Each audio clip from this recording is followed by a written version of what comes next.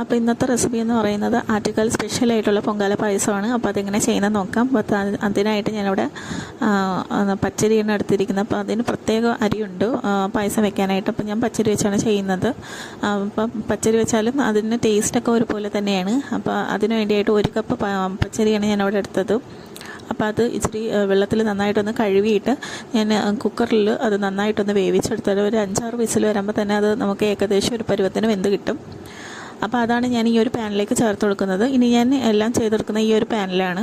അപ്പോൾ പാനിൽ ഞാൻ ആവശ്യത്തിനുള്ള വെള്ളം ചൂടാക്കാൻ വെച്ചിട്ടുണ്ടായിരുന്നു. കാരണം ശർക്കര ചിരകിയതാണ് ചേർത്ത് കൊടുക്കുന്നത്. സാധാരണ രീതിയിൽ ഞാൻ ശർക്കര പാനിയാണ് ചേർത്ത് കൊടുക്കുന്നത്. അങ്ങനെയുള്ള സമയത്ത് നമുക്കിതിൽ വെള്ളം ചേർക്കേണ്ട കാര്യമില്ല.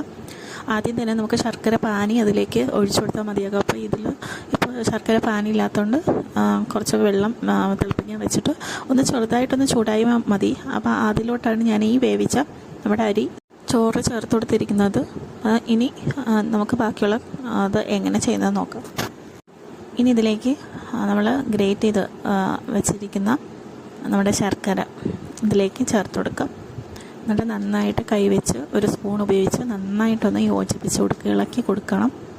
ഒരിക്കലും ഇത് അടിയിൽ പിടിക്കാൻ പാടില്ല, അതുകൊണ്ട് നന്നായിട്ടൊന്ന് ഇളക്കി പിടിച്ച് കൊടുക്കുക.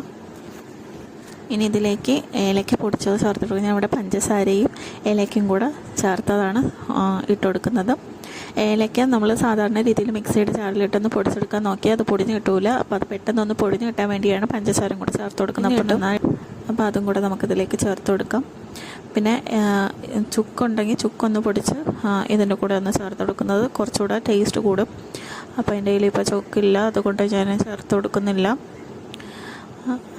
അതിന് പകരം നിങ്ങൾക്കിതിൽ ഏലക്കയും പഞ്ചസാരയും കൂടെ ചേർത്തത് മിക്സ് ചെയ്തത് ചേർത്ത് കൊടുക്കാം. ഇനി കുറച്ച് നെയ്യൊന്ന് തൂക്കി കൊടുക്കാം.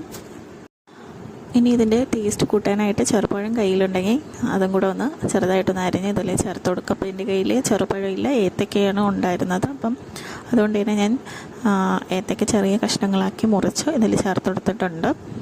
ഇനി ഇങ്ങനെ ഇടാൻ താല്പര്യമില്ലെങ്കിൽ നമുക്ക് ഇച്ചിരി നെയ്യെടുത്ത് അതിലൊന്ന് വഴറ്റിയെടുത്തിട്ട് ഇതിലിട്ട് കൊടുത്താലും മതിയാകും. അവസാനമായിട്ട് നമുക്കതിലേക്ക് തേങ്ങ ചിരകിയതും കൂടെ ചേർത്ത് കൊടുക്കാം. എന്നിട്ട് നന്നായിട്ടൊന്ന് ഇളക്കി യോജിപ്പിച്ച് കൊടുക്കാം. പിന്നെ അതുപോലെ തന്നെ നമുക്ക് അണ്ടിപ്പരിപ്പ്, മുന്തിരി. അപ്പോൾ ഞാൻ ഇതിൽ മുന്തിരി മാത്രമേ വറുത്ത് കോരി ഇട്ട് കൊടുക്കുന്നുള്ളൂ. നെയ്യിലൊന്ന് മിക്സ് ചെയ്ത് ഒന്ന് മൂപ്പിച്ച ശേഷം ഇതിലേക്ക് ചേർത്ത് കൊടുക്കാം. അപ്പോൾ ഇത്രയേ ഉള്ളൂ നമ്മുടെ ആറ്റുകാൽ പൊങ്കാലയുടെ പായസം. സ്പെഷ്യലാണ്.